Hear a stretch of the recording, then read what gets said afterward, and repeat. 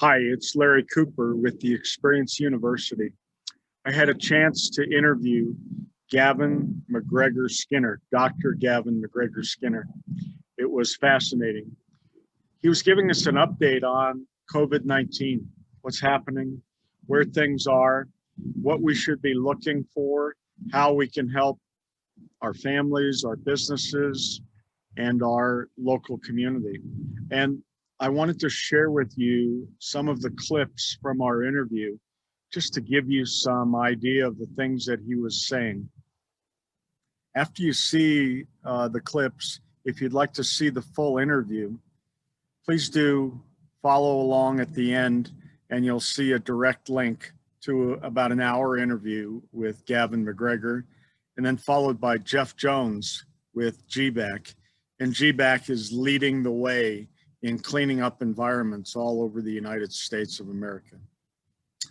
I hope you find it interesting. I hope you find it beneficial. And we look forward to having an opportunity to work with you in the future also and sharing educational ideas and programs that are current and very important to all of us. Take care. Back in January and February, I spent 18 days in Hong Kong.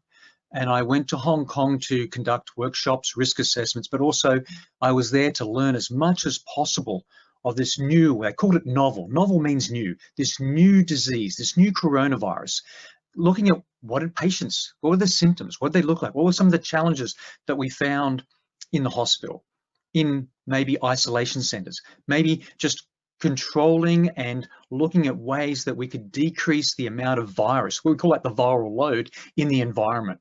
And while I was in Hong Kong and we visited houses, we visited apartments, we found the virus in an apartment where there was people that were sick with symptoms. The virus went everywhere.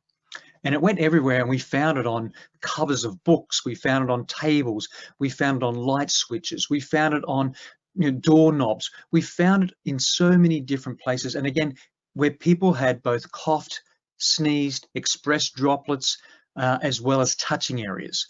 We call those the high touch areas. And what was really interesting for me, Larry, back in the very early days of January and February, being a new virus, but basing on the science, the evidence, the medical evidence we've had for years on survivability, the survivability of the viruses within the environment. We had some data, we knew some stuff, but there's more and more information that's come out that I think that we need to be very clear on what that information is telling us. And it's so important because each week, since I came back from Hong Kong, I travel a lot. I've probably traveled to 8 states in the last, since February this year. And when I travel, you can see how I travel. What do I do to protect myself from being infected? And it's really important that all of us, we can go back to work, we can open, we can do things.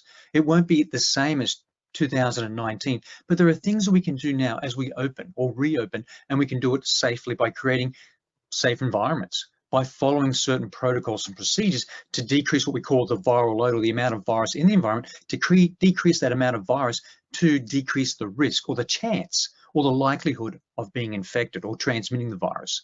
And these are things that we can easily do. And even in the last 3 weeks, I've been to Palm Beach County in Florida.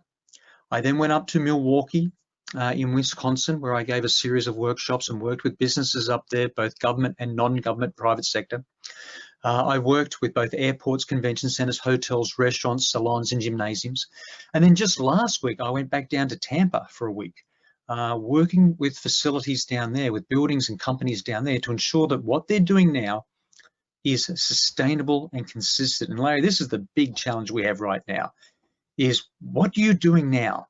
Can you maintain that level of vigilance, that level of diligence, of that level of the protocols and procedures that need to be implemented to create a safe environment?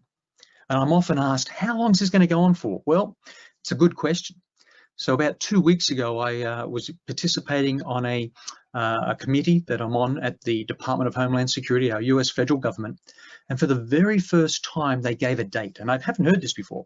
They gave a date and they said, we're looking at least November 2021 before it starts looking like 2019.